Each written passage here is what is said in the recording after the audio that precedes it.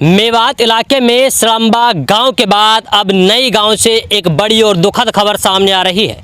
नई गांव में उस वक्त अफरा तफरी का माहौल पैदा हो गया जब जमीनी विवाद को लेकर एक ही परिवार के बीच खूनी झड़प हो गई। इस खूनी झड़प में अख्तर नाम के एक शख्स को गोली लगती है जिसकी मौके पर ही मृत्यु हो जाती है। उसके बाद गोलियों का ये सिलसिला थमता नहीं है।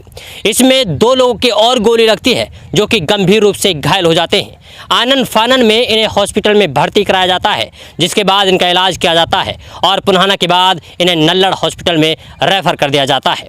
खैर, पीड़ित साहिल का कहना तो ये भी है कि उनके पिता को जब गोली लगी तो उसके बाद पूरे गांव में हड़कंप मच गया और अब अख्तर को मांडीखेड़ा हॉस्पिटल में उनका पोस्टमार्टम कराने के लिए रखवा दिया गया है। पीड़ित का कहना यह है कि ज़मीन का पुराना मामला था जिसको लेकर के पहले से ही रंजिश चली आ रही थी। जब मैं अपनी ज़मीन पर कब्जा करने के लिए ट्रैक्टर से भरा हुआ ट्रैक्टर में बजरी भर कर लेकर आ रहा था तो उस दौरान आरोपियों ने हमारे ऊपर हमला किया और जब हमने इसका विरोध किया तो इन लोगों ने हमारे ऊपर गोलियां चलानी शुरू कर दी। मेरा गांव नहीं है जी, मेरा नाम साहिल है। मेरा फादर का नाम अख्तर था और प्लाट और ज़मीन का झगड़ा चल रहा था ये। तो इसके घर के सामने हमारी प्लाट है और ये उसको ज़बरदस्ती उसमें कब्जा करना चाहते थे। काफ़ी समय से हमारे वहाँ पहले बटेवड़ा भी रहा था, लकड़ी भी रहा करती थी। तो अब हम वहाँ उसकी बाउंड्री कर रहे थे, गेट लगा रहे थे। कल परसों में 2-3 दिन पहले ये नपी भी थी तो वहाँ हम कर रहे थे। तो ये फिर तो आखिर ये गोली क्यों मारी, कैसे मारी? गोली इसीलिए मारी थी कि वो ज़मीन लेना चाहते थे, हम दे नहीं रहे थे। तो हम बाउंड्री कर रहे थे, हमारी है इसलिए वो। तो हम करेसल लेने के लिए गया था मैं सुबह ही। तो करेसल लेकर मैं आया था तो मैंने करेसल खला दी और मैं ट्रैक्टर को घरे खड़े करने के लिए गया। तो जैसे ही मेरी मम्मी पापा को पता चला कि लड़का करेसल लेके आ गया तो वे आए वहाँ पर। तो जैसे वह आए थे तो उन्होंने उस पर हमला कर दिया। जब मुझे आवाज़ सुनाई दी कि उन्होंने वो मेरे मम्मी पापा घुस चुके हैं तो मैं वहाँ भाग के गया। तो जैसे मैं पहुँचा मेरे सामने ही मेरे पापा को गोली मारी, मेरी अम्मी को गोली मारी और पूरा परिवार था। फिर मैं साइड में खड़ा रहा तमाशा देखता रहा। कौन कौन है उनके नाम, क्या कहना? उनका नाम है जी एक इरसा, वो सबसे बड़ा है उनमें, फारूक और खालिद है जी, इरशाद है जी। 3 उनकी पत्नियां हैं, हनीफ है जी और हनीफ उसका लड़का है जी, एक उमर मोहम्मद, एक अजरू है जी और एक क्या चाहते हो? एक अस्बाक है। क्या चाहते हो? यही चाहते हैं कि वो हमारी ज़मीन ये हमें कब्जा कर लेने दे। तो ज़मीन पर कोई बात नहीं है, तो ज़मीन नहीं देते तो वही इंसाफ चाहिए इसमें पुलिस प्रशासन से। तो हमें इंसाफ चाहिए, हमें तो कुछ नहीं चाहिए। तो क्या आपके परिवार में आपके बहन की कोई शादी वादी की तारीख वगैरह थी क्या, ऐसा कोई? हाँ जी, अगले मई में 29 तारीख को हमारी बहन की शादी भी थी। पिछले जुम्मे को ब्याह लिखा है कि ये हाँ पिछले जुम्मा को हमने उसका ब्याह लिखा था। ये सूचना मिली थी करीब 12 बजे के आसपास कि भाई नई गांव में गोली चल गई।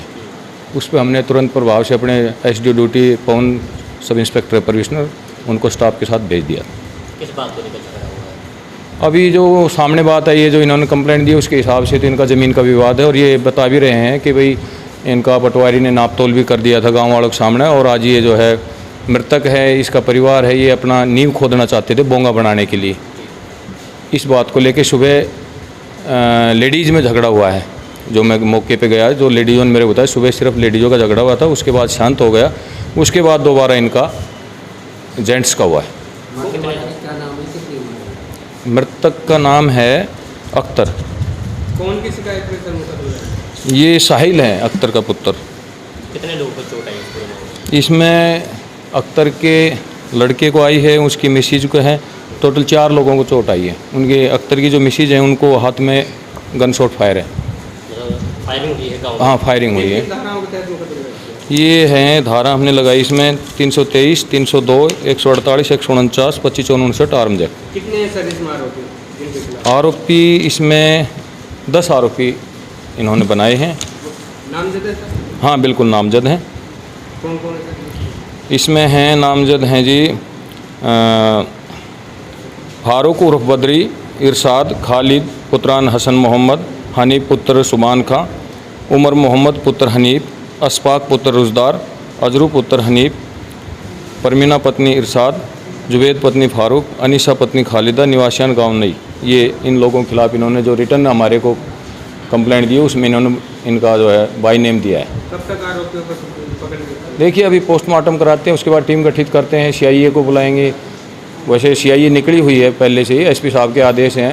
डीएसपी साहब खुद इसमें आगे चल के दिशा निर्देश दे रहे हैं। एसपी साहब से बराबर बात हो रही है, साहब भी पूरा कोऑपरेट कर रहे हैं, दिशा निर्देश दे रहे हैं। सीआईए निकली हुई है और भी स्टाफ जो है एसपी साहब के आदेश से निकला हुआ है, लेकिन मैं खुद 2 बार जा चुका हूँ, घर पे कोई नहीं मिला, एक बुजुर्ग औरत है। मेवात का सबसे मशहूर दवाखाना जिस पर होता है हर बीमारी का इलाज देसी जड़ी बूटियों से, मलखान दवाखाना पर होता है गंभीर बीमारियों के इलाज चुटकियों में। अगर आप भी हैं कैंसर, एड्स, नामर्दी, लाल पानी व सफेद पानी, पथरी और जोड़ों के दर्द से परेशान, तो देसी जड़ी बूटियों से होगा समाधान। मलखान दवाखाना के पास।